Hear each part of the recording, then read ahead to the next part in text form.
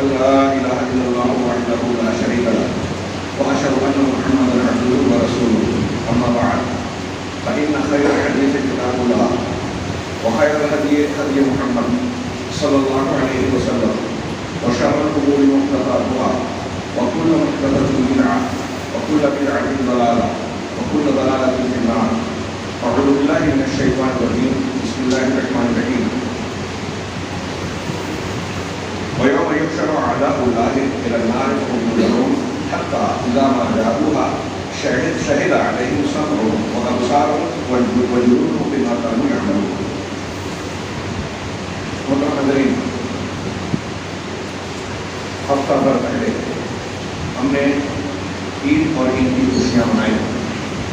رمضان المبارک نیکیوں کا موسم، اللہ کی رحمتوں اور برکتوں کا موسم ان سے رخصت ہوا.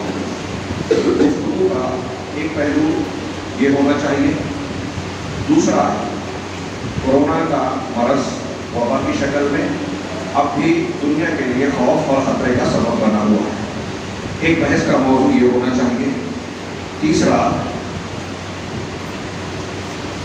اللہ تبارک و تعالیٰ کی کہ انبیاء کی سرزمین فلسطین اور مسجد اقصی مسلمانوں کا قبلہ اول وہ ایک بار پھر یہودی سفاقوں اور اسرائیلی دہشت گردی کی زد میں ہے. اس کا ایک علاقہ غزہ جو دنیا کی سب سے بڑی کھلی جیل کہلاتا ہے، وہاں مسلسل حملے ہو رہے ہیں. آج کے اخبار کی عنوان اور ہیڈنگ ہی ہے کہ غزہ کا ہر گھر اسرائیلی نشانے پر ہے. گفتگو کا ایک پہلو یہ ہو سکتا ہے، لیکن ان تمام پہلوؤں میں بہت سارے گفتگو متعلقہ امور معلومات سے ہٹ کر ایک کام کی بات ہم کرنا چاہتے ہیں، اور اس کو بلا تمہید قرآن کی بعض آیات کو پیش کر کے کہ یہ تو دنیا کے مسائل ہیں، پریشانیاں ہیں، نشیب و فراز ہیں. اس میں بھی اور اس سے بھی بڑھ کر جو ہمارے سامنے کہیں زیادہ سنگین اور دائمی مسئلہ پیش آنے والا ہے وہ آخرت کا ہے. آخرت کے اس منظر کی قرآن مجید میں منظر کشی مختلف موقعوں پر کی گئی ہے، جسے کوئی شخص اگر یقین کے ساتھ پڑھے تو اس کے رونگٹے کھڑے ہو جائیں، دل دہل جائے. انہی مقامات میں سے ایک جگہ کو میں نے تھوڑا سا حصہ پڑھا. میں یہ چاہتا ہوں کہ اپنی بات کہنے کی بجائے اللہ تعالیٰ کے کلام کے کچھ حصے پیش کیے جائیں اور ہم اپنے آپ کو ٹٹولیں کہ اللہ تعالیٰ کی ہدایت ہے، اللہ تبارک و تعالیٰ کی تعلیم ہے، اور ہمیں اور آپ کو آگاہ اور متنبہ کرنے کا پورا انتظام رب العالمین نے اپنے کلام کے ذریعے سے کیا ہے. ہم ان اسباب کو دہرائیں. چنانچہ یہ سورہ حامیم سجدہ کی چند آیتیں ہیں. اللہ تعالیٰ نے ارشاد فرمایا، پہلے یہ غور کریں اور دیکھیں کہ ہمارے لیے دنیا اور آخرت میں مفید کیا چیز ہے. کورونا وبا ہو، فلسطینی مسئلہ ہو، یا رمضان المبارک کے بعد کا ہمارا رویہ ہو، اور پھر سب سے بڑھ کر آخرت کے تعلق سے فکر. اللہ نے فرمایا وَيَوْمَ يُحْشَرُ أَعْدَاءُ اللَّهِ إِلَى النَّارِ فَهُمْ يُوزَعُونَ. اچھے لوگوں کا بھی ذکر ہے، برے لوگوں کا بھی. یہاں گنہگاروں کا ذکر کر رہے ہیں تنبیہ کے طور پر. اللہ نے فرمایا کہ جس دن اللہ کے دشمن جہنم کی طرف لائے جائیں گے، اکٹھا کیے جائیں گے، ہانکے جائیں گے، فَهُمْ يُوزَعُونَ، تو وہ سب کے سب ایک کے بعد ایک جمع ہو جائیں گے. اللہ کے دشمن کون ہیں؟ کفار، مشرکین، اللہ اور اس کے رسول صلی اللہ علیہ وسلم کی تعلیمات کی مخالفت کرنے والے، جھٹلانے والے، سرکشی کرنے والے، انہیں اپنے پیروں تلے رودنے والے. میں مانتا ہوں کہ اس میں وہ لوگ بھی شامل ہیں جو اپنے آپ کو کہتے تو مسلمان ہیں لیکن قرآن اور حدیث کی مخالفت کرتے ہیں. اللہ کے ایسے سارے دشمنوں اکٹھا کیا جائے گا، ہانکا جائے گا. ان کا اپنا بس نہیں چلے گا، سب یہ کے بعد دیگرے بغیر کسی انکار کے ان کو آنا پڑے گا. نہ وہ اپنی مدد کر سکیں گے، نہ کوئی دوسرا کسی کی مدد کر سکے گا. حتی اذا ما جاءوها، یہاں تک کہ جب وہ اس کے پاس آ جائیں گے. کس کے پاس؟ جہنم کا ذکر ہے. جہنم کی طرف ان کو ہانکا جائے گا. اب جہنم کے پاس جب پہنچ جائیں گے تو اپنے شرک، کفر اور بدعمالیوں کا انکار کریں گے کہ اللہ تعالیٰ ہم نے شرک نہیں کیا، ہم نے گناہ نہیں کیا. تب اللہ نے فرمایا شہد علیہم سمعہم وابصارہم وجلودہم، کہ ان کے خلاف ان کے کان، ان کی آنکھیں اور ان کی چمڑیاں گواہی دیں گی.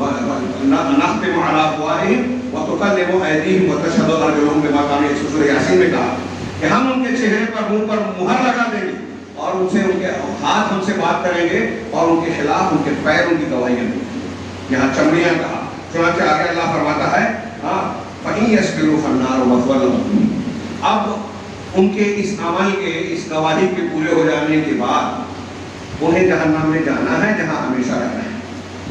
خاص طور سے کفر اور شرک اکبر کرنے والے ہمیشہ ہمیشہ جہنم میں رہیں گے۔ اللہ نے آگے فرمایا فَإِن يَصْبِرُوا، اگر یہ صبر کر لیں، صبر دنیا کی کسی بھی کائنات کی کسی بھی تکلیف پر آدمی صبر کا تصور کر سکتا ہے، لیکن جہنم کی آگ پر جس کو ہم دنیا میں صبر کہتے ہیں وہ صبر کا امکان ہی نہیں ہے۔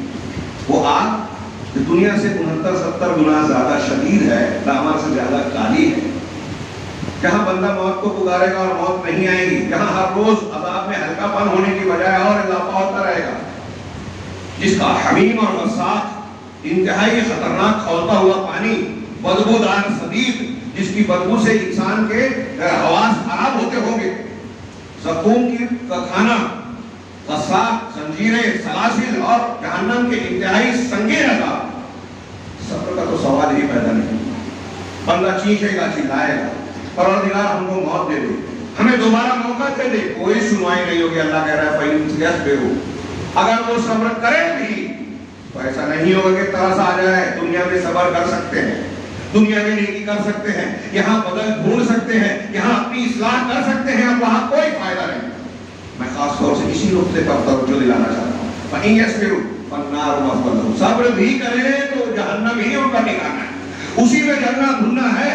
اللہ تعالیٰ نے آگے فرمایا وَإِن يَسْتَعْتِبُوا فَمَا هُمْ مِنَ الْمُعْتَبِينَ، اور اگر وہ معافی چاہیں گے، عتاب سے خلاصی چاہیں گے، کئی معنی کیا علماء نے، یعنی اللہ کو منانا چاہیں گے، اللہ کی رضامندی حاصل کرنا چاہیں گے کہ مان جا پروردگار، توبہ کرنا چاہیں گے کہ اب ہم اپنے گناہوں سے توبہ کرتے ہیں، اگر وہاں توبہ کریں، منانا چاہیں۔ ایک معنی یہ بھی کیا کہ یہ بھی کہیں گے کہ پروردگار دنیا میں پھر سے بھیج دے، اب جا کر نیک کام کریں گے، وَمَا هُمْ مِنَ الْمُعْتَبِينَ، تو ان کی معافی قبول نہیں ہوگی، ان کی درخواست منظور نہیں ہوگی، ان سے اللہ تعالیٰ راضی نہیں ہوگا، ان کی توبہ قبول ہونے کا سوال ہی پیدا نہیں ہوگا، کیونکہ وہ موقع جا چکا، وہ موقع ابھی ہمیں حاصل ہے۔ رمضان ہو یا رمضان کے بعد ابھی توبہ کا دروازہ کھلا ہے، ابھی اللہ کو رضامند کر سکتے ہیں، ابھی اپنی اصلاح کر سکتے ہیں۔ جب یہ موقع آئے گا تو اللہ نے کہا اب صبر کرو تو بھی ترس نہیں کھایا جائے گا، تم کو کوئی فائدہ نہیں دے گا، جہنم میں ہی پڑے رہنا پڑے گا۔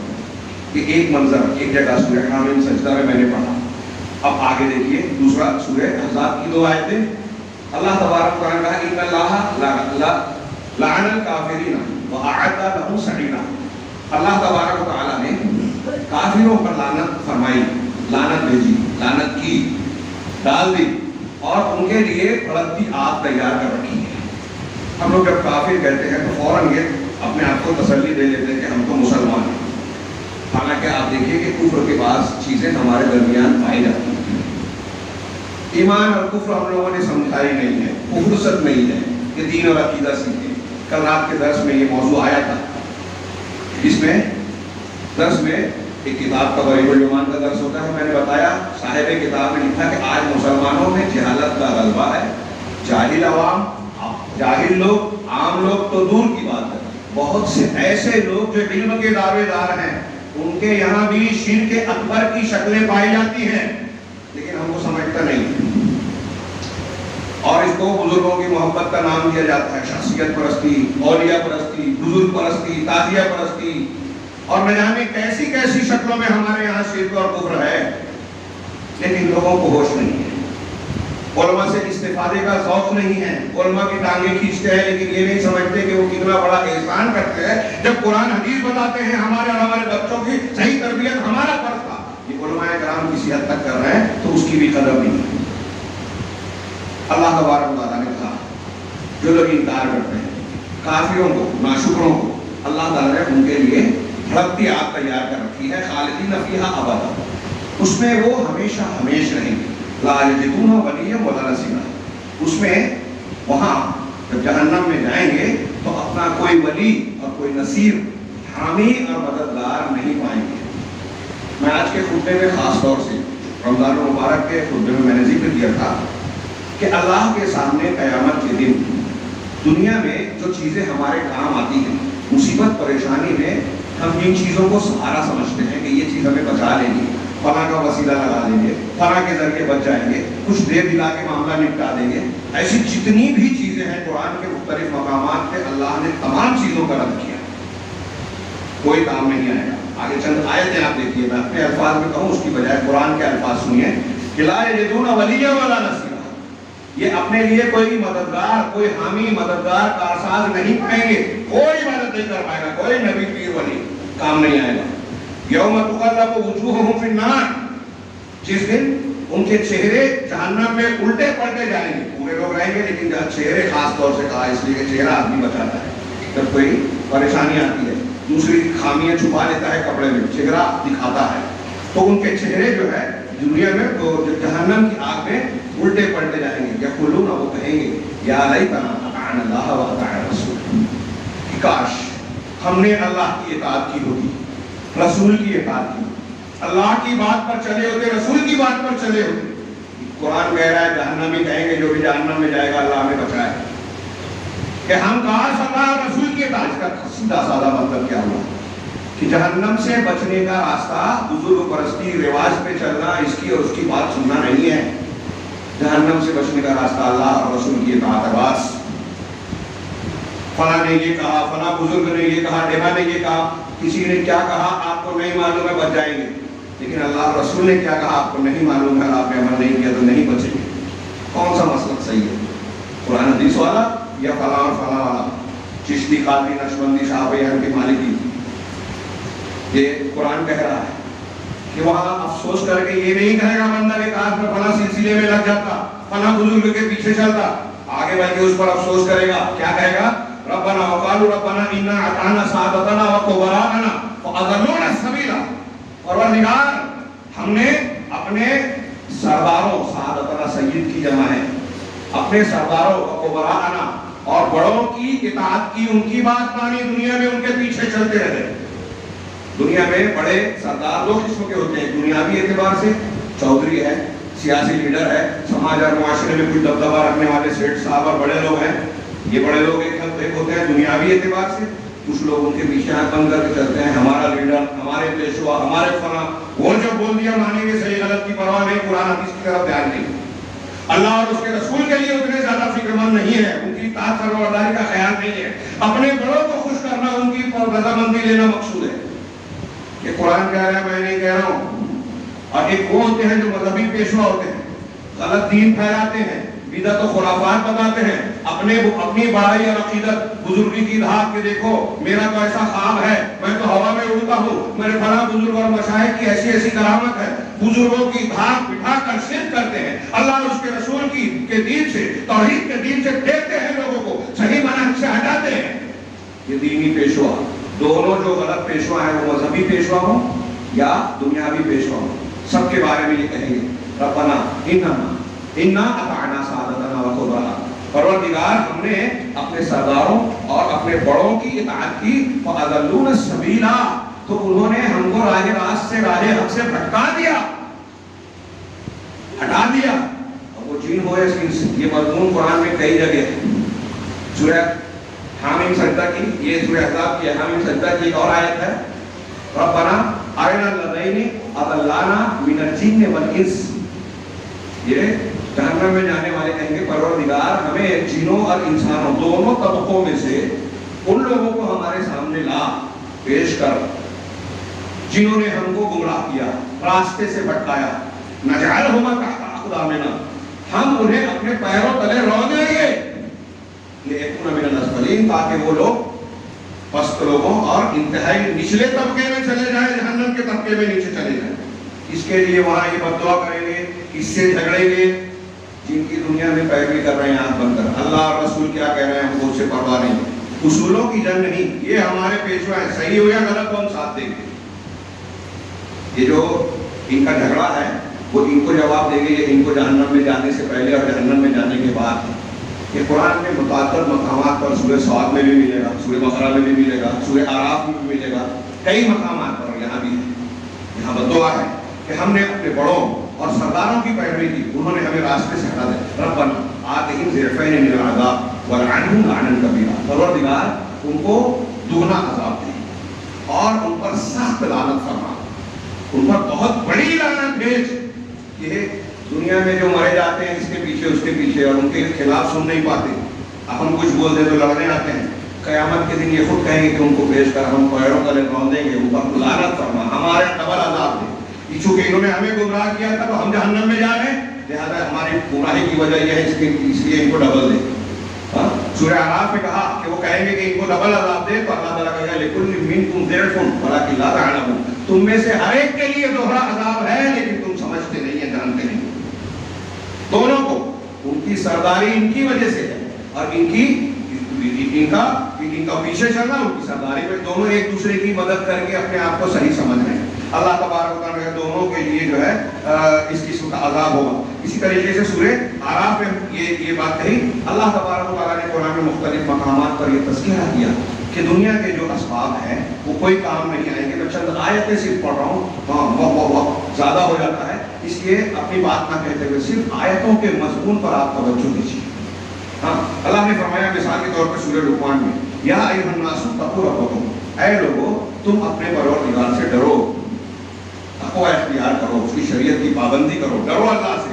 ہاں، واخشوا یوما لا یجزی والد عن ولدہ، اور اس دن سے ڈرو جس دن باپ اپنے بیٹے کے کام نہیں آئے گا۔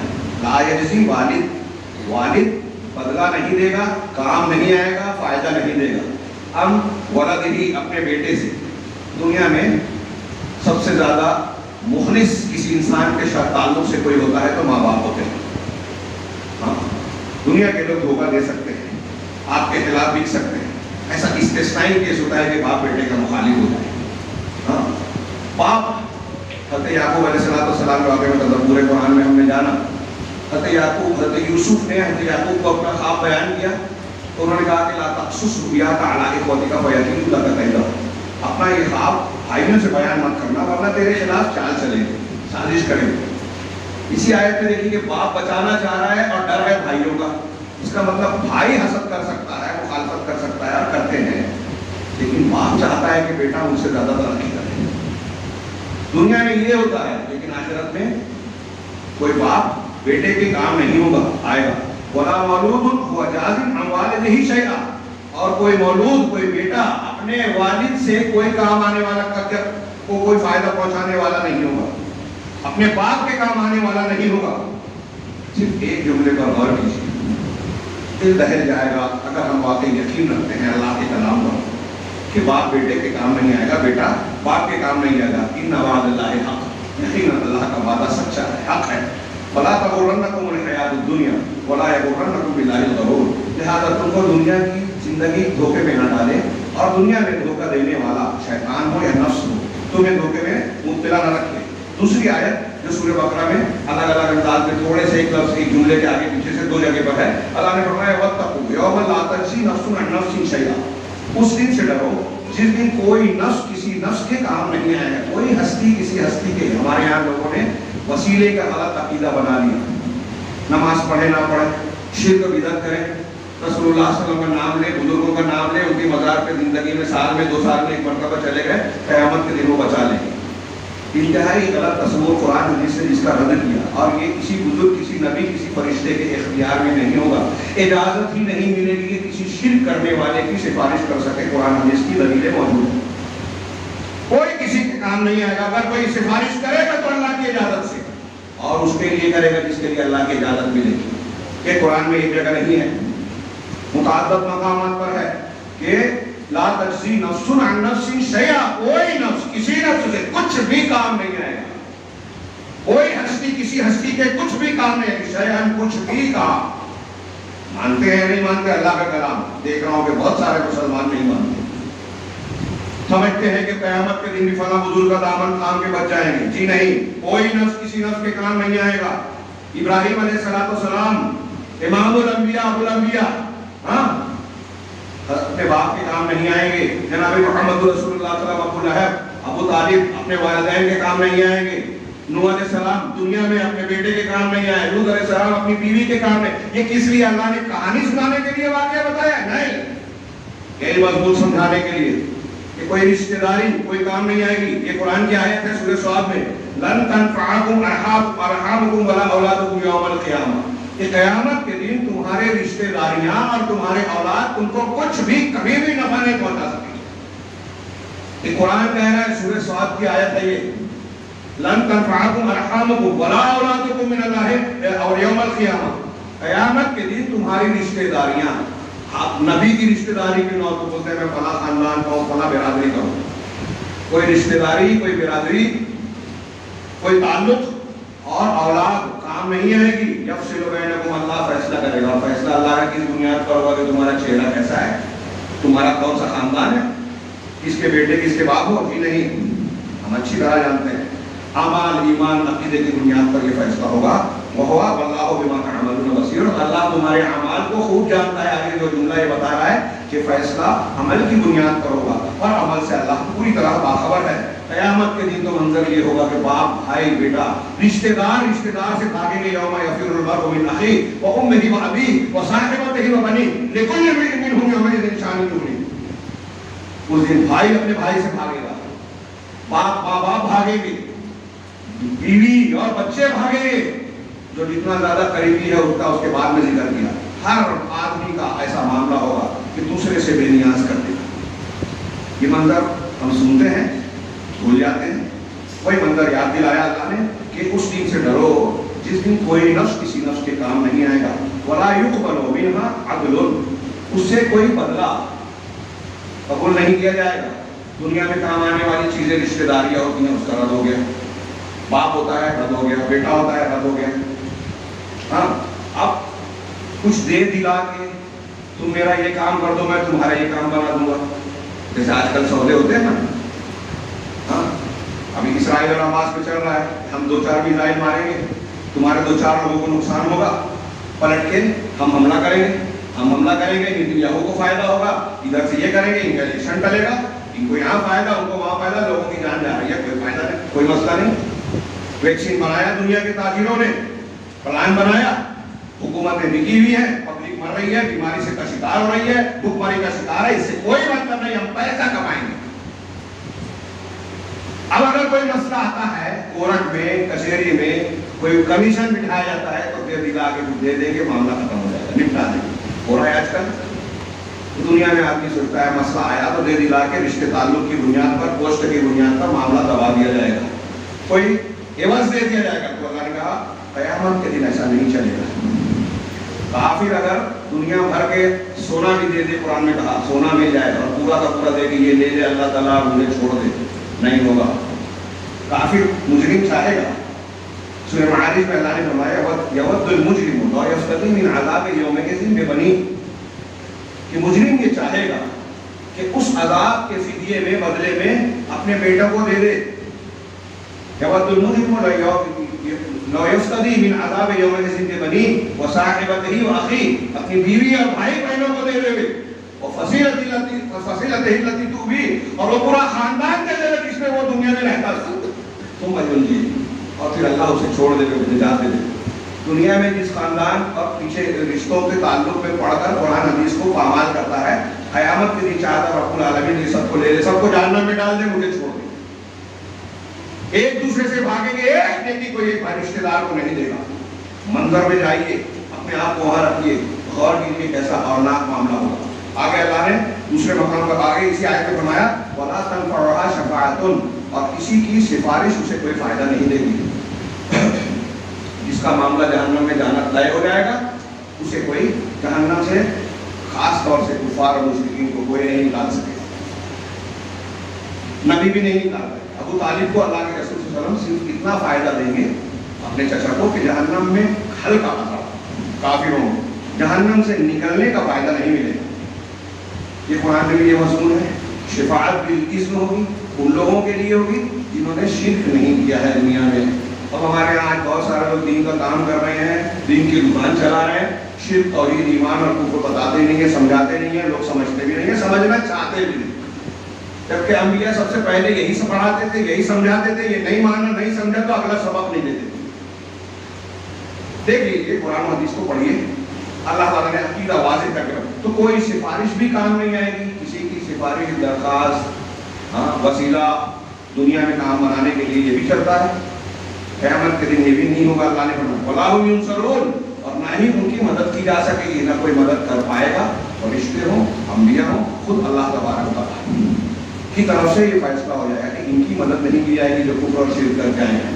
اللہ نے آگے فرمایا ایک دوسری جگہ پہ قرآن مجید میں یوم لَا يَنفَعُ مَالٌ وَلَا بَنُونَ، اس دن کوئی اولاد، بیٹے اور مال فائدہ نہیں دیں گے.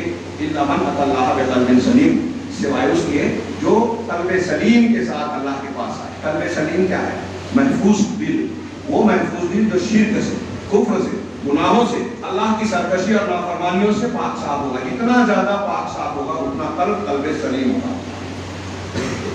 دل صاف ستھرا بنائے، یہی ہے تقوی والا دل، نیکی والا دل، اخلاص والا دل. رمضان جو آیا تھا اسی لیے آیا تھا. آگے ہم ایک دو مقام اور پڑھ لیں. اللہ تبارک و تعالیٰ نے سورہ بقرہ ہی میں فرمایا یا ایھا الذین آمنوا انفقوا مما رزقناکم من قبل ان یأتی یوم لا بیع فیہ ولا خلۃ ولا شفاعۃ. آیت الکرسی سے بالکل پہلے والی آیت پڑھیے، جا کے ترجمہ دیکھیے کہ اے ایمان والو اللہ کے راستے میں خرچ کرو. خرچ کرو اللہ کے راستے میں. انفقوا مما رزقناکم، ان چیزوں میں سے جو ہم نے تم کو عطا کیا ہے، رزق دیا ہے، اس میں سے تم خرچ کرو اس دن کے آنے سے پہلے جس دن میں لا بیع فیہ ولا خلۃ، اس دن کوئی لین دین، کوئی سودے بازی نہیں ہوگی کہ چلو لین دین کر لیں، اور ولا خلۃ، اور نہ کوئی دوستی ہوگی. اب یہاں موقع نہیں ہے، وقت زیادہ ہو گیا ہے. آپ ان مضامین پر غور کیجیے کہ لا یسأل حمیم حمیما، کہ کوئی گہرا دوست دنیا میں جو جگری دوست تھا، گہرا دوست تھا، اپنے دوست کو پوچھے گا نہیں. بلکہ ایک جگہ فرمایا سورہ زمر میں الاخلاء یومئذ بعضهم لبعض عدو الا المتقین، کہ دنیا کے اخلاء، گہرے دوست، جگری دوست، قیامت کے دن ایک دوسرے کے دشمن ہوں گے سوائے متقی پرہیزگار لوگوں کے. تقویٰ پرہیزگاری ہے تو وہاں بھی دوستی قائم رہے گی، اور نہیں ہے تو وہاں یہاں کی دوستی وہاں دشمنی میں بدل جائے گی. یہ قرآن کہہ رہا ہے، اللہ رب العالمین فرما رہا ہے، اس کے کلام میں ہے، کوئی ایسا گہرا نہیں کہہ رہا ہے. قیامت کے دن یہ دوست دشمن بن جائیں گے. اللہ نے فرمایا کہ دوست جب دوستی نہیں رہے گی تو دنیا میں دوست کا احباب، کوئی کانڈ، کوئی تکلیف اگر انسان کر بیٹھتا ہے الٹا سیدھا کام، تو دوست کا احباب سپورٹر بنتے ہیں. اور آج کل جمہوریت میں چلتا ہے کہ جس کے تعلق سے زیادہ بھیڑ بھاڑ اکٹھا ہو جائے اس کا اثر پڑ جاتا ہے. وہاں کوئی جتھا، کوئی دوست کسی کے کام نہیں آئے گا. اس دن سے ڈرو جس دن نہ دوستی ہوگی، نہ لین دین ہوگا، نہ دوستی ہوگی، ولا شفاعۃ، اور نہ کوئی سفارش ہوگی. اللہ تبارک و تعالیٰ نے فرمایا ھذا یوم البعث، یہ سورہ روم میں فرمایا دوسری جگہ پر کہ یہ بعث کا دن ہے، قیامت کا دن، دوبارہ اٹھائے جانے کا دن ہے. وَلَٰكِنَّكُمْ كُنتُمْ لَا تَعْلَمُونَ، لیکن تم لوگ جانتے نہیں تھے. ہم لوگ بولتے جانتے نہیں جانتے. ہم جب بھی گناہ کا کام کرتے ہیں تو اپنے عمل سے اس بات کا ثبوت دیتے ہیں کہ ہمیں اس بات کا یقین نہیں ہے کہ ہم کو اللہ کے سامنے حساب دینا ہے، یا پھر خوش فہمی میں مبتلا ہے، ارے معاف ہو جائے گا. تو یہ بے علمی ہی کی بات ہے، جہالت ہی کی بات ہے. فَيَوْمَئِذٍ لَا يَنفَعُ الَّذِينَ ظَلَمُوا مَعْذِرَتُهُمْ وَلَا هُمْ يُسْتَعْتَبُونَ. یہاں ایک اور چیز ہے کہ جس دن جن لوگوں نے ظلم کیا، اس دن جب ایسا ہوگا قیامت کے دن، نہ ان کی معذرت کوئی فائدہ پہنچائے گی. جیسے دنیا میں ایک چیز یہ بھی ہوتی ہے کہ آپ نے کوئی غلطی کی اور معافی مانگ لی تو معاف ہو جائے گا. اللہ تعالیٰ نے سے زیادہ معاف کرنے والا، رحمت والا، رحمان الرحیم، تواب، غفار کون؟ جب تک انسان کی موت کی علامتیں ظاہر نہ ہو، اور عمومی طور پر جب تک قیامت کی آخری نشانیاں سورج کا مغرب سے طلوع ہونا نہیں ہوگا، تب تک اللہ کا دروازہ توبہ کھلا ہوا ہے، باب توبہ کھلا ہوا ہے. توبہ کے قبول ہونے کی گنجائش ہے. لیکن قیامت کے دن اللہ کہہ رہا ہے کہ کسی کی معذرت اور معافی منظور نہیں ہوگی.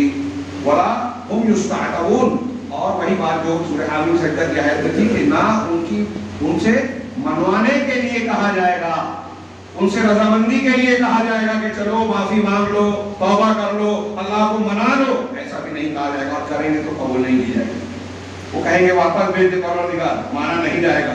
اتنا ہی نہیں، ان کی حسرت کا یہ معاملہ ہوگا کہ جن لوگوں پر دنیا میں تکیہ کرتے تھے وہ وہاں ان کے سامنے ٹوٹ جائے گی. قرآن میں سورہ انبیاء میں اللہ نے فرمایا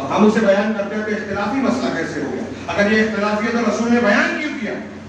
کیا یہ غیر اہم مسئلہ ہے کہ 73 فرقے ہو گئے سب جہنم میں جائیں گے اور وہ ہمیشہ رہے یا بعد میں نکالے جائے؟ دوسری بحث ہے، ایک جنت میں جائے گا، اس کا مطلب وہی ایک راستہ صحیح ہے، باقی سب غلط ہے، سب جہنم کی طرف لے جانے والے راستے ہیں۔ پھر ہم فکر کیوں نہیں کرتے کہ ہم کون سے راستے پہ چل رہے ہیں؟ تحقیق کریں۔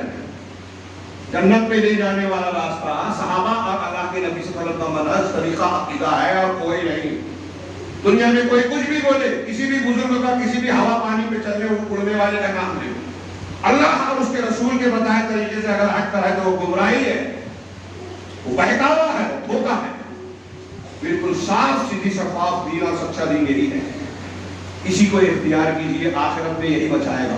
ایمان اور عمل صالح، قرآن میں بار بار ایمان جو قرآن اور حدیث کا پیش کیا ہوا صحیح عقیدہ ہے، ایمان بالغیب، اور عمل صالح جو رسول اللہ صلی اللہ علیہ وسلم نے اعمال بتائے ہیں، یہ فضائل کے نام پر گڑے ہوئے میڈ ان انڈیا اعمال، جھوٹی دعائیں، غلط دعائیں، خود اختیار اعمال، بدعتی کام، یہ تہوار وہ تہوار، یہ چیزیں عمل صالحہ نہیں ہیں۔ اگر آپ اجتماعی قرآن خوانی کر رہے ہیں تو اگرچہ قرآن پڑھ رہے ہیں، عمل صالح نہیں ہے، بدعت ہے، بدعت اچھا عمل نہیں ہے۔ لوگ سمجھنے کے لیے تیار ہی نہیں ہے کہ آخرت کے خطرناک انجام کے مقابلے میں ہم کو عبرت لینا چاہیے کہ آج فلسطین میں مسلمانوں کی ضرورت بڑھائی جا رہی ہے، ہمارے ہی لوگ ان کے اعلی کار بن کے ہم پر حملوں کی دعوت دیتے ہیں، اور حملے ہوتے ہیں تو ہم پوری دنیا کراہتی ہے، چلاتی ہے۔ آج پوری دنیا میں دعا کی جا رہی ہے فلسطینیوں کے تعلق سے، اور کرنی چاہیے۔ ایک مسلمان کچھ نہیں کر سکتا تو دعا کر سکتا ہے اپنے بھائیوں کے لیے۔ 60-70 سال گزر گئے، اسرائیل کی دہشت گردی، ظلم و زیادتی جاری ہے اور عالمی ضمیر کے سامنے، آنکھوں کے سامنے جاری ہے، ہم سب جانتے ہیں۔ اور ہمارے لوگ دعا اور بددعا کرنے کے تعلق سے جب بات کرتے ہیں تو پھر اپنے بھائیوں کو بھی کوسنا شروع کرتے ہیں اور ان کو ہیرو بناتے ہیں جو اصلاً مسلمانوں کے دشمن ہیں، اور ان کو برا بناتے ہیں جو اصل مسلمانوں کے ہمدرد ہیں۔ فلسطینیوں کے پاس جو دولت، پیسہ، غذائیں، دوائیں آتی ہیں، کہاں سے آتی ہیں؟ جن کی آج لوگ برائیاں کر رہے ہیں، سعودی عرب اور سلفی حضرات۔ ان سے زیادہ مدد فلسطینیوں کی کسی نے نہ کی ہے، نہ کوئی کر رہا ہے۔ ایرانی، ترکی، یہ چاہے بیان بازی جو کریں، دکھاوا، عالمی سطح پر یہود و نصارہ یہ کرتے ہیں کہ یہ ہمارے مخالف ہیں، لیکن کبھی انہوں نے فلسطینیوں کی مدد نہیں کی۔ حقیقت میں کبھی انہوں نے یہودیوں کے خلاف کوئی کام نہیں کیا۔ یہ خیر یہ باتیں ہوتی رہے گی، میں صرف کہنا یہ چاہتا ہوں کہ اس میں اگر ہم چاہتے ہیں کہ اللہ کی مدد ہو، ابھی رمضان کے درس میں علامہ ربیع کے حوالے سے میں نے ذکر کیا، افغانستان میں مسلمانوں نے کتنی قربانیاں دی، روس کو بھگا دیا سب نے مل کر، لیکن کیا مسلمانوں کے ہاتھ میں افغانستان آیا؟ اللہ کے راستے میں قربانیاں دینے کا حل ملا وہاں نظر آتا ہے؟ نہیں آیا۔ حل بھی انہیں کے ہاتھ میں کھلونا بنا ہوا ہے۔ انقلاب کے نام پر پورے عالم اسلام میں اتھل پتھل بھی پچھلے کچھ سالوں پہلے مصر میں تختہ پلٹا گیا، لیبیا میں بدل دیا گیا، تیونس میں بدلا، کہیں اچھائیاں آئی؟ ہم خوش ہوتے ہیں۔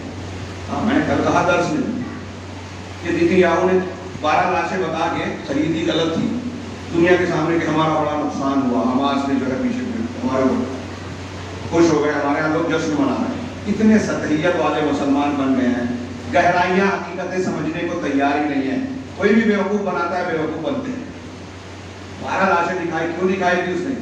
مظلومیت بتائی، کیوں بتائی؟ مظلوم ہے وہ نہیں، وہ تمہید تھی کہ اب ہم اس کی وجہ سے حملہ کریں گے فلسطینیوں پر، اور یہ بار بار ہوتا ہے اور ہمارے لوگ بار بار بیوقوفی میں خوش ہوتے ہیں۔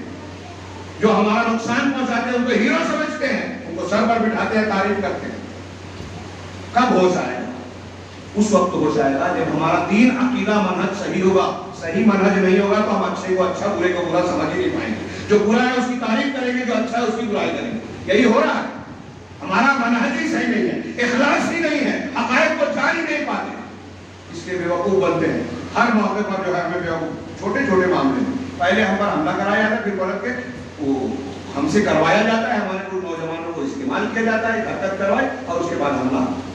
افغانستان پر حملہ کرنا تھا، نیو یارک کے ٹوئن ٹاور پر جو ہے حملہ کیا گیا تو ہوائی جہازوں سے مسلمانوں کو، لیکن ایک پورے ملک کی اینٹ شیٹ بجا دی گئی اس کے جواب میں۔ تمہید تھی اور خود انہوں نے ہی کیا۔ میں اکثر کہا کرتا ہوں کہ دنیا میں دہشت گردی کا کھیل جو جاری ہے وہ ایک ہی پلیئر دونوں طرف سے کھیل رہا ہے، لیکن دکھانے کے لیے ہمارے کچھ بیوقوف نوجوانوں کو استعمال کرتا ہے، ہم استعمال ہو جاتے ہیں۔ ان نوجوانوں کو خریدا نہیں جاتا، ان کی قیادت کو خریدا جاتا ہے۔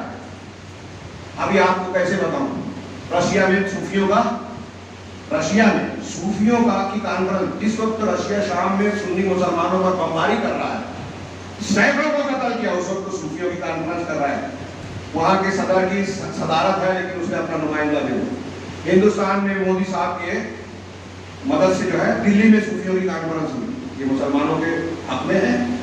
کیا آپ کو عقل نہیں آتی؟ یہ کیا کیا جا رہا ہے؟ استعمال کیا جاتا ہے۔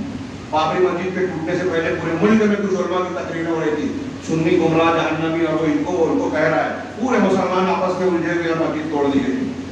کوئی بیان کرتا ہے، آج میں بیان کروں لوگ برا مانیں گے، لیکن یہ دشمنان دین کی چالیں ہوتی ہے، اور جن لوگوں کو یہ استعمال کرتے ہیں میڈیا میں انہیں کو ہیرو بنا کر پیش کرتے ہیں کہ مسلمان انہیں کو دیکھتے، اور ہم دیکھتے ہیں جو ان کا مخالف ہے اس سے دوستی دکھاتے ہیں تاکہ مسلمان اس سے نفرت کرے۔ انورا کشتی ہے، شیخ ربی نے کہا اللہ کی قسم یہ دکھاوا ہے، جھوٹ ہے، مسلمان عقل کے ناخن لے، ہوش میں ہے۔ خیر، جو قیامت میں ہمیں کام آنے والی چیز ہے ایمان اور عمل صالح، وہی دنیا میں بھی کام آنے والی چیز۔ اللہ کی مدد اور اپنے دین کے فوائد اور ثمرات سعادت کی شکل میں، عزت کی شکل میں، ترقی کی شکل میں اگر ہم چاہتے ہیں تو ہمیں اندر سے صحیح ایمان والا ہونا پڑے گا، عمل صالح اور تقوی اختیار کرنا پڑے گا، نمبر 1۔ اور دوسری بات اسی سے جوڑ کر دیکھیے کہ رمضان المبارک اسی لیے آیا تھا کہ ہم متقی بن جائیں، نیکیوں کے خوگر بن جائیں، گناہوں سے توبہ کر لیں۔ مگر رمضان رخصت ہوا تو ہمارے یہاں مزاج بدل گیا، مسجد کا ماحول تبدیل ہو گیا، اب وہ رونق نہیں رہی مسجد میں، نیکیوں کا وہ جذبہ نہیں رہا، گناہ کے جو اڈے سونے تھے پھر سے آباد۔ کیا رمضان المبارک کی صرف اللہ کے بندگی کا زمانہ ہے؟ کیا قیامت کے یہ جو مناظر ہیں صرف رمضان کے لیے ہیں؟ اس سے ہم ڈرے رمضان میں؟ جنت اور جہنم کا ڈر، جنت کا شوق اور جہنم کا خوف کیا صرف رمضان سے جڑا ہوا ہے؟ یا عبادات کی ضرورت صرف رمضان میں ہے؟ تو پھر اللہ کی رحمت بھی ہم کو رمضان ہی میں ملنا چاہیے۔ رمضان کے بعد رحمت کی ضرورت نہیں، فلسطین ٹوٹتا ہے، ہمارے اوپر کورونا کی وبا آتی ہے، ہم آپس میں بھوک مری کے، بے روزگاری کے شکار ہوتے ہیں، تو کیا پرواہ ہے؟ ہم جب مسجد سے ہٹ گئے اللہ کو کوئی پرواہ نہیں۔ دین جب رمضان میں ہے تو رمضان میں رحمت دے گا، رمضان کے بعد تم نے دین چھوڑ دیا، رحمت گئی، روٹ گئی۔ اور یہی وجہ ہے، اس سے پتہ چلتا ہے کہ رمضان کی ہماری عبادتیں خلوص والی نہیں تھی، وہ ہم کو بدل نہیں سکی۔ ہم نے بڑی مشکل سے ایک سود کو کاٹا، الجھا ہوئے سود کو دہرایا، اب اس کو پھر سے کاٹ کر دیں گے۔ اللہ نے کہا لا تکونوا کاللتی نقضت غزلها من بعد قوة انکاسا، اس عورت کی طرح نہ ہو جاؤ جو اپنے سود کو بڑی مشکل سے سلجھاتی ہے اور پھر اس کے بعد ٹکڑے ٹکڑے کر دے۔ محنت کر کے ایک کام کیا اور اس کے بعد ٹکڑے ٹکڑے کر دی۔ عبادت کی ضرورت ہمیشہ ہے، اس میں کبھی آدمی ریٹائر نہیں ہوتا۔ سورہ حجر کی آخری آیت پڑھی، اللہ نے اپنے رسول سے خطاب کر دیا وَاعْبُدْ رَبَّكَ حَتَّىٰ يَأْتِيَكَ الْيَقِينُ، اپنے رب کی عبادت کرتے رہو یہاں تک کہ یقین یعنی موت آ جائے۔ موت آنے تک اس سے ریٹائرشپ نہیں ہے۔ وَإِلَىٰ رَبِّكَ فَارْغَب، اپنے پروردگار کی طرف متوجہ ہو جائیے، راغب ہو جائیے۔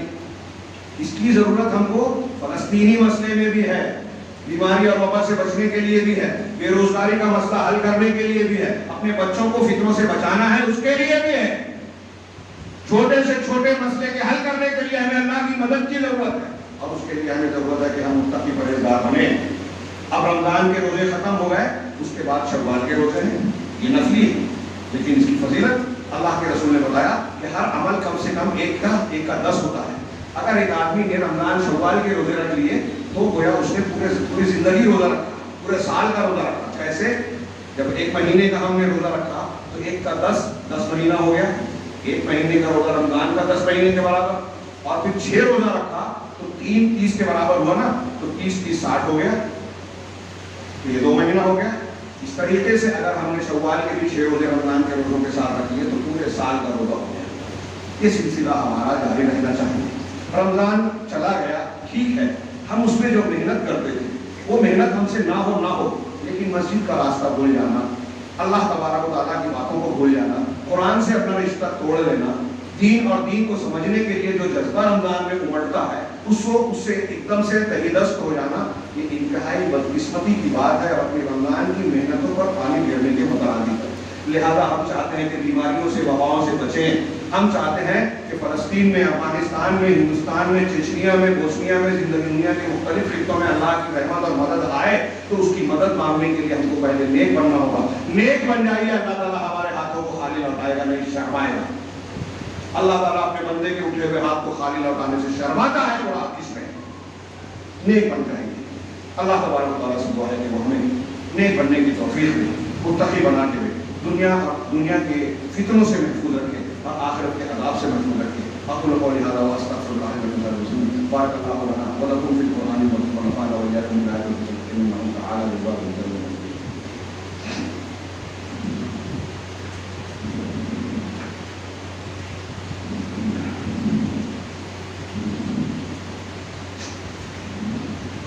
الحمد لله